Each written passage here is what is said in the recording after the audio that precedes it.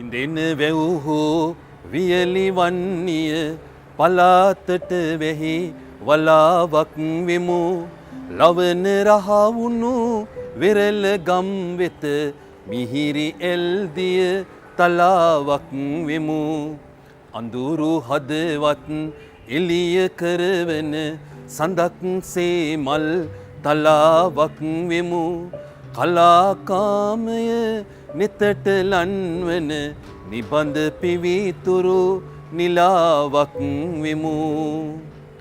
කලාකරුගේ මූලික පරමාදර්ශය විය යුත්තේ මානව හිතවාදීත්වය. අන් අයගේ දුක වේදනාව තමන්ගේ දුකක් තමන්ගේ වේදනාවක් කොට සලකන උදාර හදවතක හිමිකරුවෙක් තමයි කලාකරුවෙක් කියලා කියන්නේ. ඉතින් කලාකරුන් හැටියට අපි තාමත් අහිංසක ආයාචනයක් ඔබෙන් ඉදිරිපත් කරන්න කැමතියි.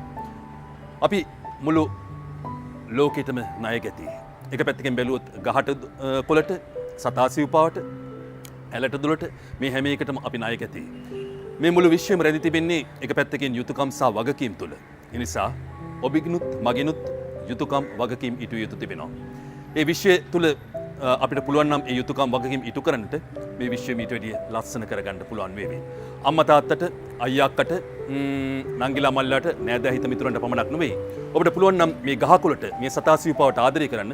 ඒක තමයි සැබෑ මනුෂ්‍යත්වයේ බවට පත්වන්නේ. ගව ඝාතනය පමණක් නෙවෙයි අනිත් පැත්තෙන් කුකුලන් එළුවන් ඒ විතරක් නෙවෙයි අපිට පේනවා බොහෝකට අපේ බලලුන්ට බල්ලන්ට අත් වෙලා තිබෙන ඉරණම මේ වාතාවරණය තුල අපිට පුළුවන් නම් මේ සමස්ත සත්‍යයන්ටම ඔබේ සෙනෙහසේ දැද්දියකු කරන්න ඒ වගේම ඒ කරුණාව ඒ දයාව ඒ මෛත්‍රිය පතුරවන්න ඒ තමයි මම හිතන්නේ අපේ තිලෝගුරු බුදු පියාණන් වහන්සේගේ ඒ බෞද්ධ දර්ශනීය ජීවිතයට එක්කාසු කරගත්ත අය හැටියට අපිට කරන්න පුළුවන් ලොකුම පරිත්‍යාගය ඔබ આવොත් අපේ වත්තට මගේ ගෙවත් පළතුරු වත්තක් මොනතරම් කුරුල්ලන් මේ වත්තේ එනවද කියලා අපිට බලා ගන්න පුළුවන් කෑම කන්න ඒ තරක් නෙමෙයි එක පැත්තකින් බල්ලෝ බලල්ලු බොහෝ පිරිසක් මගේ ගෙදරට ගොඩ වදිනවා.